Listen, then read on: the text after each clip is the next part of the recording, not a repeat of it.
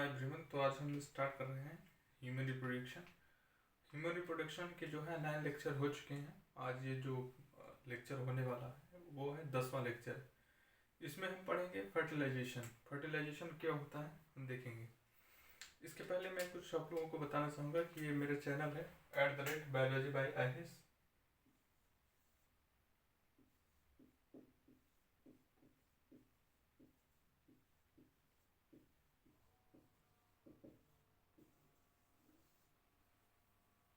ये मेरा चैनल है, इसको आप सब्सक्राइब कर लें ताकि आप तक जो है नोटिफिकेशन जा सके और आप इस लेक्चर को जो है अच्छे से अटेंड कर सकें।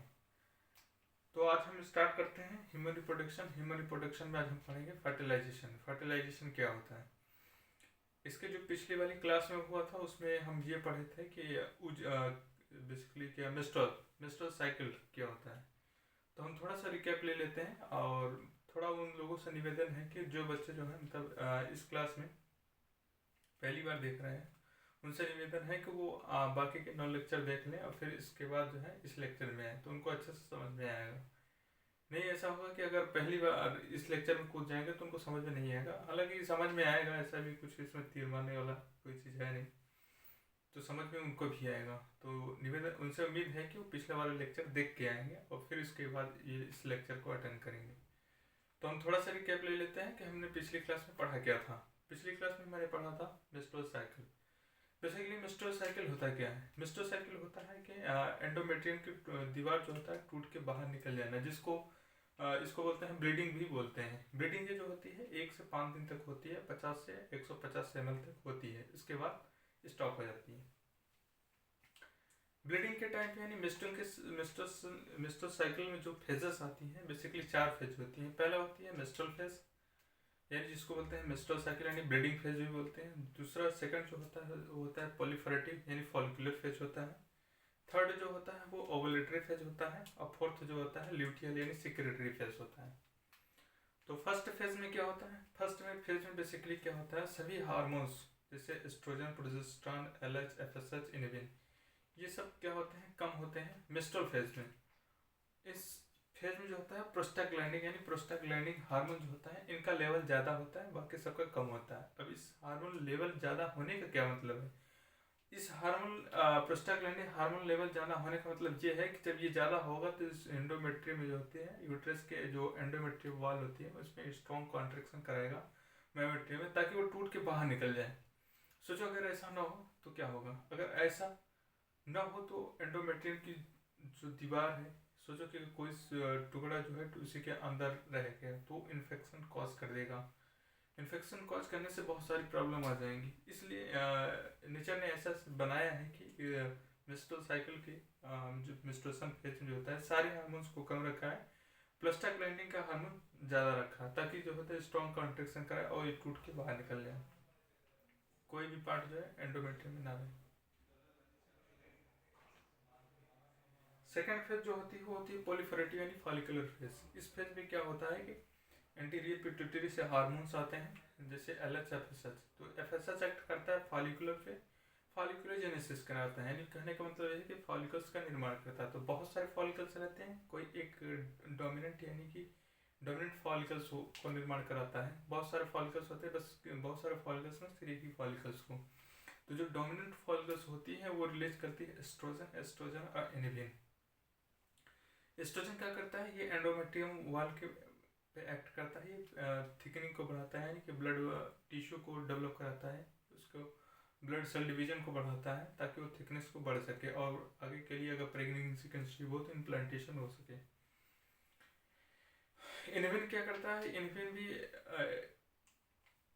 ये इनहिबिट कर देता है किसको, जो अनडेवलप्ड फॉलिकल में उनको भी इनहिबिट कर देता है और एंटीरियर पिट्यूटरी से जो हार्मोन निकल रहा होता है उनको भी इनहिबिट करता है, ताकि जो अब नेचर ने ऐसा सिस्टम बनाया है कि कोई की एक ही जो होता है डोमिनेंट फॉलिकल्स होता है तो एक ही को अच्छे से जो होता है न्यूट्रिएंट पर्याप्त मात्रा में जो भी न्यूट्रिएंट रिक्वायरमेंट हो, ब्लड वेसल्स जो भी उनकी रिक्वायरमेंट हो सब अच्छे से मिल सके। सोचो अगर ऐसा ना होगा, दोनों वहाँ पे फॉलिकल 2 फॉलिकल्स अगर डेवलप हो जाए तो दो एक अगर आगे जाके फ्यूजन होगा तो 2 एक फ्यूज हो जाएंगे।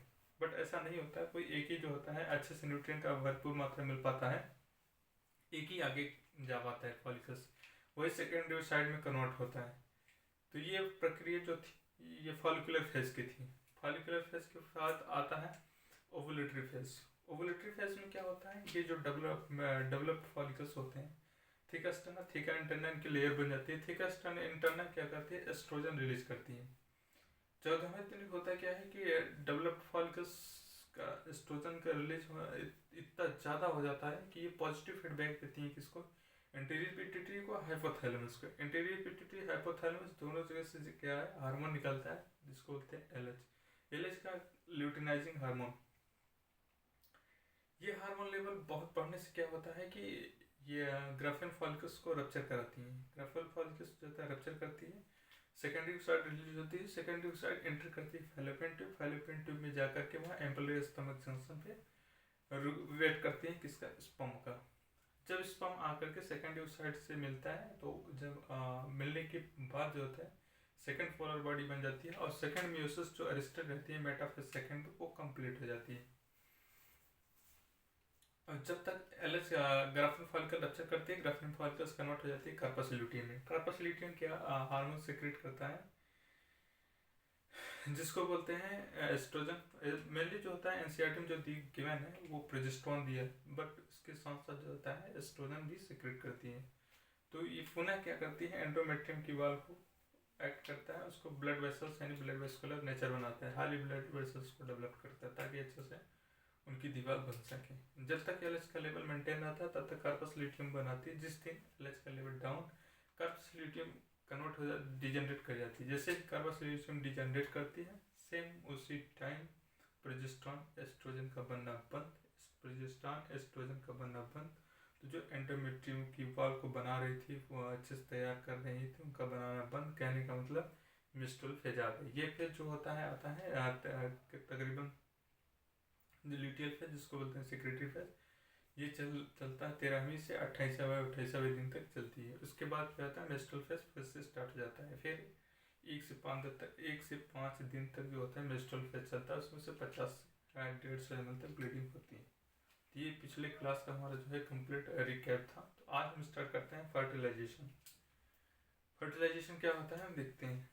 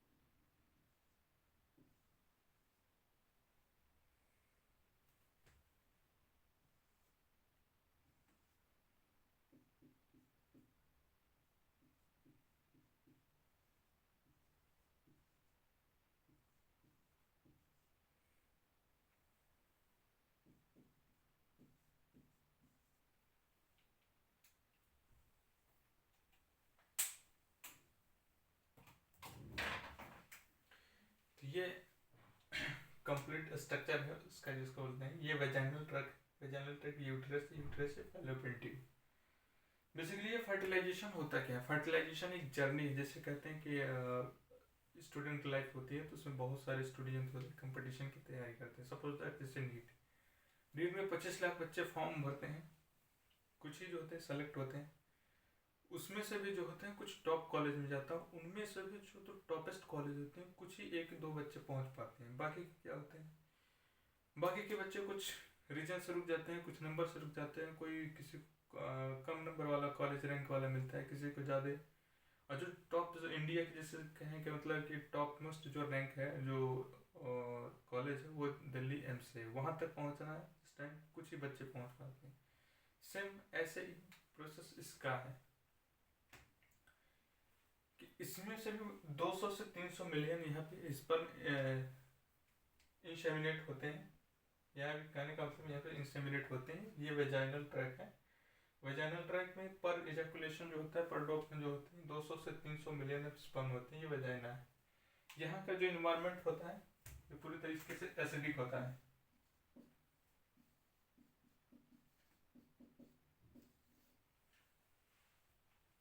अब स्पर्म का जब इंसेमिनेशन होता है, यहाँ पे पहली बार ये 3 टर्म आपको समझ में आनी चाहिए।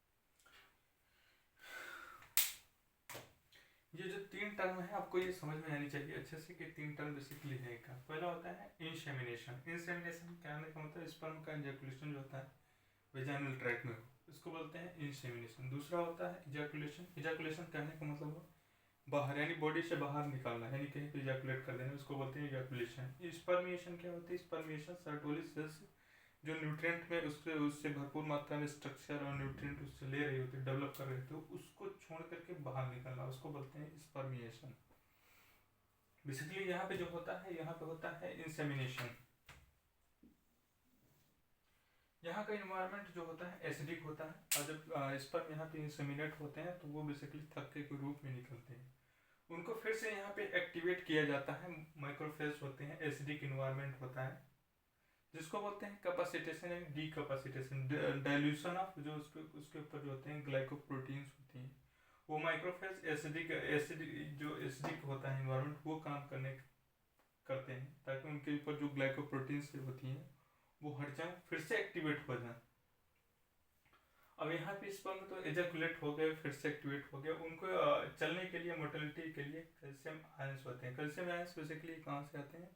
क्योंकि हमने पढ़ा था पिछले क्लास में कि जो कैल्शियम आयंस होते हैं इनमें फ्रक्टोज होता है। कैल्शियम आयंस एक मोटिलिटी यानी विग्रस मोटिलिटी, एक एनर्जी सोर्स है, एनर्जी प्रोवाइड करता है, ताकि ये जो होता है मतलब विग्रस मोटिलिटी मतलब बीट करके जो है इस वहाँ ओवम तक जा सके। जो कैल्शियम आयंस जो होता है इंटर करता है स्पर्म में एंटर होने से जो एक एनर्जी मिलती है उस एनर्जी को लेकर के यहाँ तक जाते हैं। बाकी स्पर्म क्या होते हैं जिनमें मोटिलिटी नहीं होती, जिसमें नॉर्मल शेप साइज नहीं होता है, जिसमें लुंज पुंज होते हैं, वो यहीं पे उनको माइक्रोफेसल्स यानी कि यहाँ पे फेगोसाइटिक यानी कुछ सेल्स होती हैं जो यहाँ पे उनको खा लेती हैं। उनमें से भी जो होती हैं 200 से 300 यहाँ पे पहुँच पाती हैं।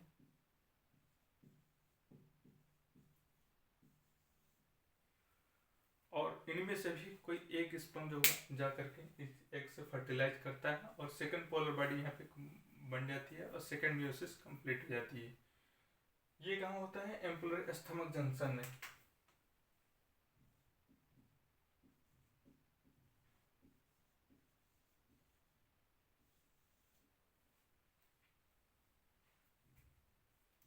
तो ये मेरा कंप्लीट जो है फर्टिलाइजेशन। तो हम एक एक को पढ़ेंगे कि ये प्रक्रिया जो हो रही है ये कैसे हो रही है। एक बार हम फिर से समझ लेते हैं कि होती क्या है। स्पर्म का जो होता है इंसेमिनेट होता है कहाँ पे? वेजाइनल ट्रैक्ट में। 200 से 300 मिलियन स्पर्म होते हैं, कुछ ही यहाँ से पहुँच पाते हैं। और एक प्रक्रिया होती है जिसको बोलते हैं डिकैपेसिटेशन, एक्टिवेशन ऑफ स्पर्म।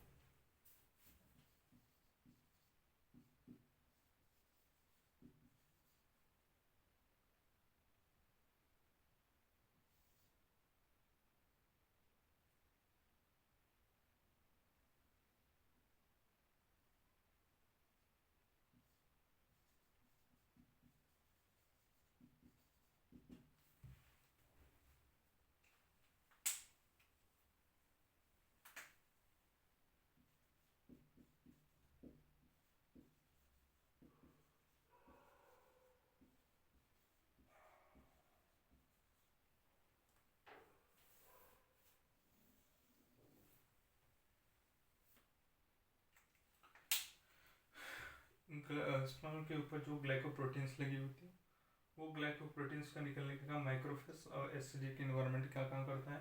तो जैसे ही रिमूव होते हैं कैल्शियम आयंस के अंदर एंटर करता है स्पर्म के अंदर, एक मोटिलिटी यानी कि एक एनर्जी पाता है। तो वो कंटिन्यूस जो स्पर्म का टेल है बीटिंग करके एम्पुलर स्टमक जंक्शन पे जाता है, वहाँ पे ओम से मिलता है। ओम से मिलने के बाद जो फर्टिलाइज करता है, मतलब स्पर्म का जो न्यूक्लियस होता है कम्प्लीटली एंटर कर जाता है अंदर। सेकेंड पोलर बॉडी बन जाती है और पोलर बॉडी बनने के साथ साथ जो होती है ये कंप्लीट फर्टिलाइजेशन होता है और जाइगोट बन जाता है। ये कहाँ होता है? एम्पुलर स्टमक जंक्शन में। तो हम स्टार्ट करते हैं, एक एक के बाद पढ़ेंगे होता क्या है। यहाँ पे स्पर्म का क्या होता है? हैप्लॉइड होता है और ओम भी हैप्लॉइड होता है। यहाँ पे मिलने के बाद 2n बन जाती है, यानी 46 क्रोमोसोम फिर से वही बन जाता है। तो फर्टिलाइजेशन क्या होता है?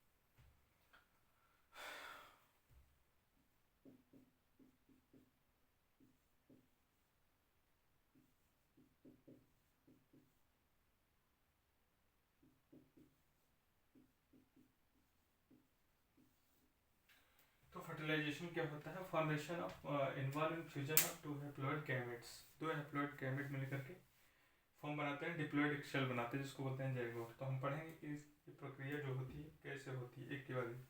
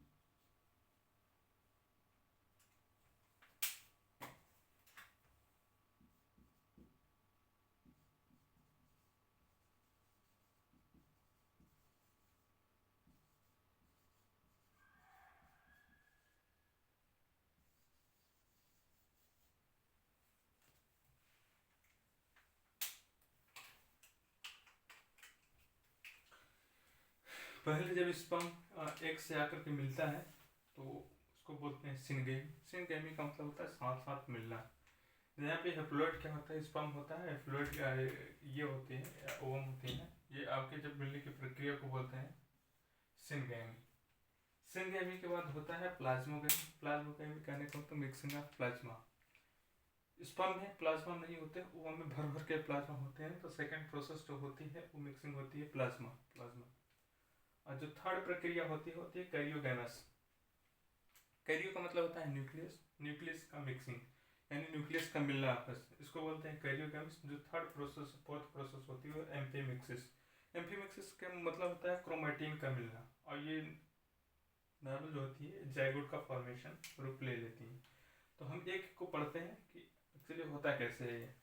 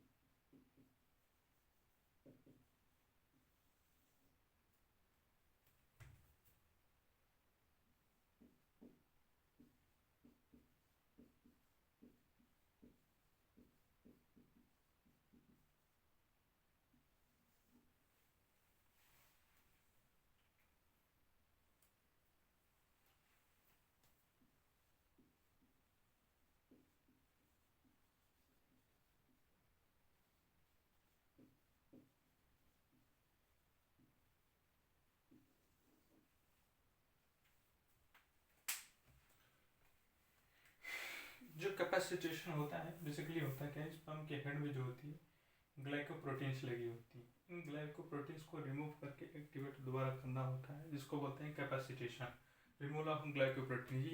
ये वैसे होता है वहाँ के जो एसिडिक एनवायरनमेंट माइक्रोफेज होता है वो करते हैं ये चीज़, तो इसको बोलते हैं कैपेसिटेशन।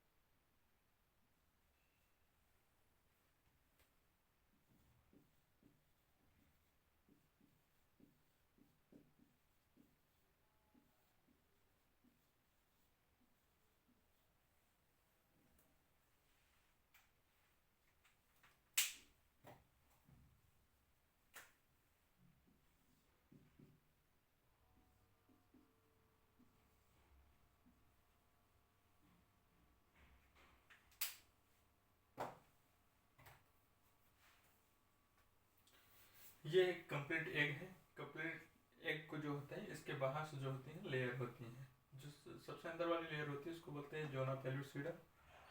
उसके बाहर जो होती है कोरोना रेडिएटा होती है। कोरोना रेडिएटा के सेल्स ऐसे अरेंज होती हैं। इनको जो होती है जोड़ने का काम करती है हाइलुरोनिक एसिड। ये स्पर्म है। स्पर्म के अंदर कुछ एंजाइम होते हैं एक्रोसोम यानी हेड पे, जिसको बोलते हैं स्पर्म लाइसिन। एक्रोसोमल रिएक्शन में एक पार्ट को स्प्रेड करती है स्पर्म लाइसिन। स्पर्म लाइसिन भी क्या होते हैं? हाइलुरोनिक एसिड्स होते हैं। कोरोना पेनिट्रेटिंग एंजाइम होते हैं। जोना लाइसिन एंजाइम होते हैं। ये हाइलुरोनिक एसिड हाइलुरोनिडेज होते हैं। हाइलुरोनिक एसिड जो इस सेल को जोड़ने के काम करती है, इनको तोड़ती है। सेकेंड एंजाइम जो होते हैं कोरोना पेनिट्रेटिंग एंजाइम, ये कोरोना रेडिएटर को तोड़ती है, ये वाली सेल्स को। जोना पेलिसिडा होती है, जोना पेलिसिडा को तोड़ती है ये वाली लेयर को। तो ये कंप्लीट फर्टिलाइजेशन का वो था, उसको उतार लें आप।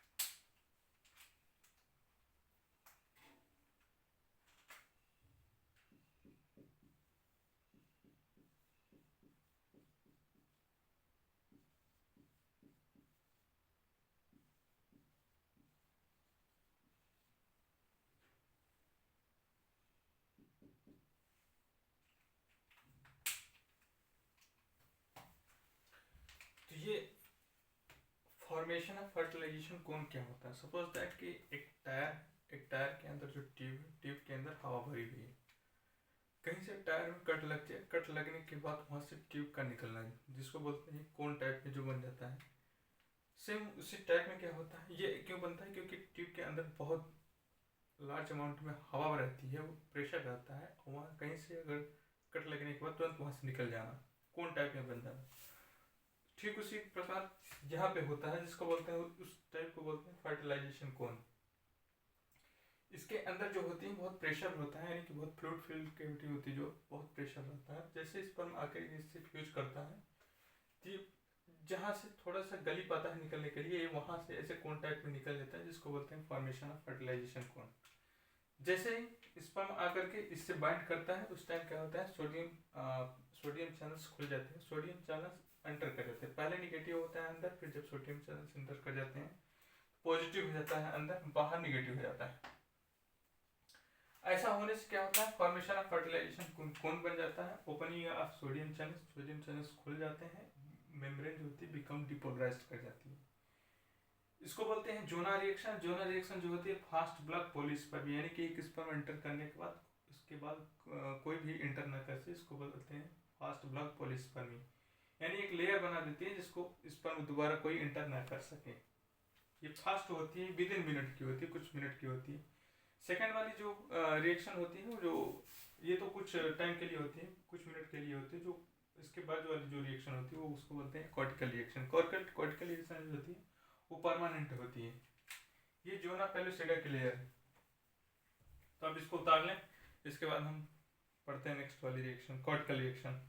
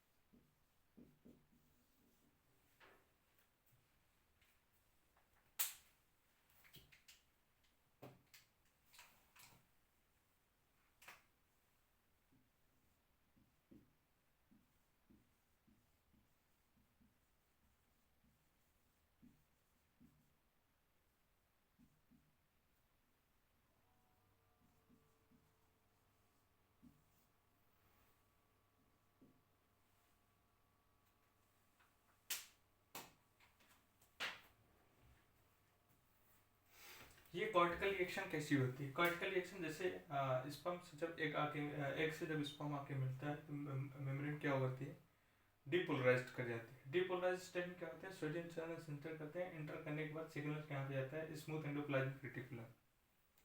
स्मूथ एंडोप्लाज्मिक रेटिकुलम क्या होती है, कैल्शियम हाइड्रेट को स्टोरेज करती है, भर भर के इसके अंदर स्टोर होता है। ये जब सिग्नल जाता है तो ये क्या करते हैं, कैल्शियम चैनल को ओपन कर देते हैं, कैल्शियम चैनल यहाँ से रिलीज होता है। कैल्शियम चैनल रिलीज होने से क्या होता है, यहाँ पे जो होती है कॉर्टिकल सेल्स होती हैं, कॉर्टिकल सेल्स को बोलती हैं कि जा करके मेम्ब्रेन से जो है कि एक्सोसाइटोसिस कराए। जब एक्सोसाइटोसिस करती है तो ये मेम्ब्रेन भर जाती है पूरी, यानी इसको ब्लॉक कर देती है। इसको बोलते हैं कॉर्टिकल रिएक्शन, यानी एक्सोसाइटोसिस ऑफ सेल्स जो होती है यहाँ पे होती है। इनका एक्सोसाइटोसिस होता है कॉर्टिकल ग्रैन्यूल्स का। फिर फास्ट स्लो चेंजेस होती है, लेकिन ये परमानेंट होती है। स्लो ब्लॉक टू पॉलीस्पर्मी, तो आप इसको नोट कर ले।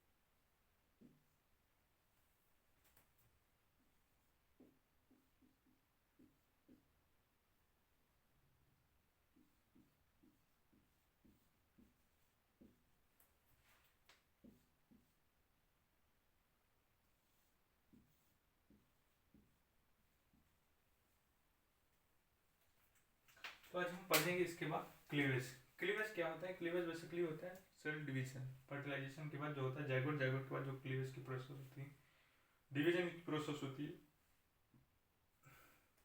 इनमें नॉर्मल माइटोटिक सेल डिवीजन होगा, ये अपने नंबर को इंक्रीज करेंगे। बेसिकली होता क्या है इसमें, जो G1S G2M होता है, इनमें G1 और G2 नहीं होता है, प्रिपेयरिंग नहीं होती। बाकी एम फेज तो आपको पता है कि एम फेज में डिवीजन होता है। इनमें कंटिन्यूअस जो होते हैं साइटोप्लाज्मिक रेशियो जो होता है सेम रहता है, नंबर ऑफ डिवीजन यानी क्रोमेटिड, डीएनए का कंटेंट इंक्रीज होगा और डिवीजन होगा, और सेल जो होगी रिमेन कांस्टेंट होगी, सेल का जो साइज होगा कांस्टेंट होगा। डिवीजन ज़्यादा होगा, सेल का साइज छोटा होता जाएगा, डिवीजन की कैपेबिलिटी होती जाएगी, यानी डीएनए का नंबर ज़्यादा होगा और सेल का नंबर ज़्यादा, सेल का जो साइज होगा वो कांस्टेंट होगा। तो अब हम पढ़ते हैं क्लीवेज।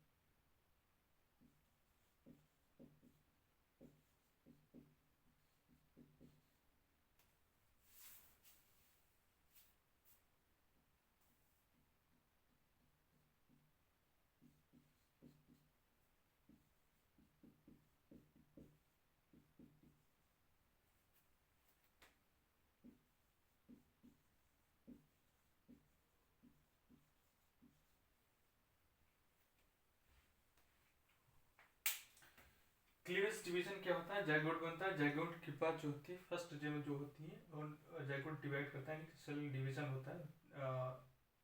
सिंगल सेल से दो सेल बनती हैं, दो cells two cell first day बनती है। सेकेंड डे जो होती है ये सेल दुगना हो जाती है, जिसको चार सेल स्टेज बोलते हैं, सेकेंड डे होता है।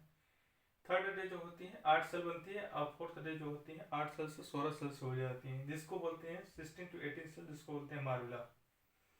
2 to 4 स्टेज को बोलते हैं blastomere, rapid mitotic cell division होता है, नंबर ऑफ इंक्रीज करता है सेल। तो आप इसको नोट कर लें।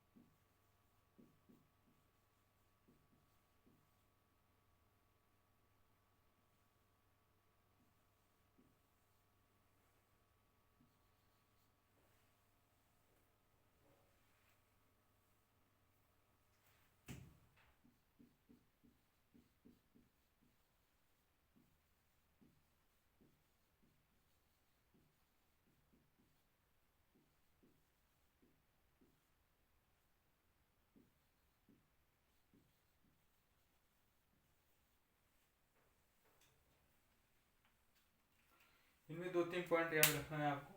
टोटल साइज ऑफ एम्ब्रियो जो होता है कांस्टेंट होता है, साइज जो होता है इंक्रीज नहीं करता है। डीएनए का अमाउंट इंक्रीज करता है, न्यूक्लियोसाइटोप्लाज्मिक रेशियो जो होती है वो इंक्रीज करती है, यानी टोटल साइज जो होता है रिमेन कांस्टेंट होता है।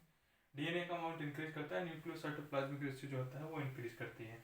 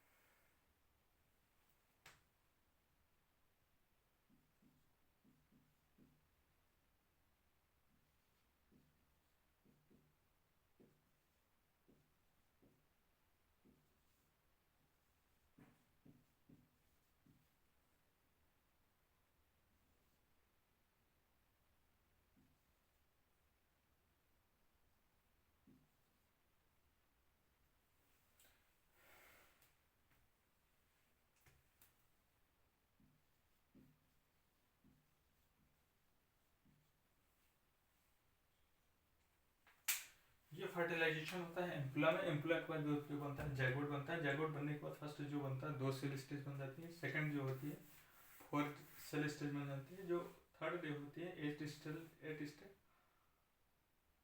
फोर्थ डे जो होती है 16 सेल। 8 to 16 सेल्स को मारूला बोलते हैं। फर्स्ट 2 to 4 सेल को जो होते हैं ब्लास्टोमियस बोलते हैं। अब ये आती है यूट्रस में। यूट्रस के अंदर आने के बाद क्या होता है, यहाँ पे बहुत सारा फ्लूइड फिल्ड कैविटी है। जैसे ये जंप यहाँ पे लगाती है तो इसमें बहुत सारा फ्लूइड भर जाता है। फ्लूइड भरने से क्या होता है कि इसमें जो होती है इनर मास सेल्स जो होती हैं वो एक तरफ शिफ्ट हो जाती हैं।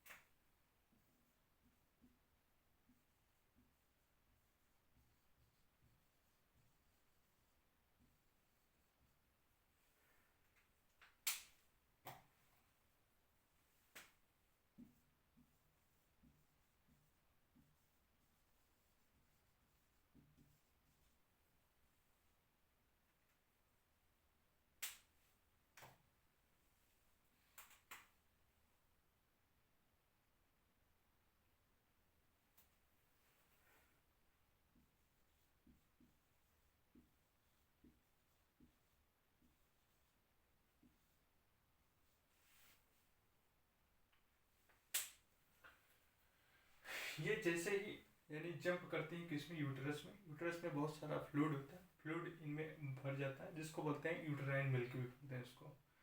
भरने से क्या होता है, जो इसमें मॉड्यूला के स्टेज में जो 16 to 8 सेल्स जिसको बोलते हैं इनर मास सेल्स, ये एक तरफ शिफ्ट हो जाती हैं और इसमें बहुत सारा फ्लूइड फिल्ड हो जाता है जिसको बोलते हैं फ्लूइड फिल्ड कैविटी को बोलते हैं इंट्रावेनिक। ये जोना पेलुसिडा होती है कंप्लीट जो होती है ब्लास्टोमियर। 8 to 60 सेल्स स्टेज को होती है ब्लास्टोमियर। तो इसी का जो होता है कंप्लीट इम्प्लांटेशन होगा। तो यहाँ तक पढ़ लिया हमने ब्लास्टोमियर तक। इसके बाद जो होता है सेकंड लेक्चर में, इसके बाद लेक्चर में पढ़ेंगे हम इम्प्लांटेशन के बाद जो होता है डेवलपमेंट के बाद फिर से पार्चुरेशन। तो 2 लेक्चर में मेरा खत्म हो जाएगा ह्यूमन रिप्रोडक्शन। बेसिकली 2 ही लेक्चर, एक ही लेक्चर में खत्म हो जाएगा। देखते हैं, फिर आप यहाँ तक इस लेक्चर को अटेंड कर लीजिए। इसके बाद सेकंड लेक्चर जब आएगा, इसके नेक्स्ट वाला लेक्चर, उसमें कंप्लीट हो जाएगा। बेसिकली ह्यूमन रिप्रोडक्शन कंप्लीट होने के बाद जो होता है हम PYQ कराएंगे। इसका जो PYQ में आए हुए हैं हम देखेंगे कि किस तरीके से PYQ में इससे रिलेटेड क्वेश्चन आएंगे। और इसके बाद जो होता है 1 शॉट लेक्चर भी आएगा जिसमें हम कंप्लीट ह्यूमन रिप्रोडक्शन कराएंगे। तो बहुत बहुत धन्यवाद आप लोगों का। Thank you.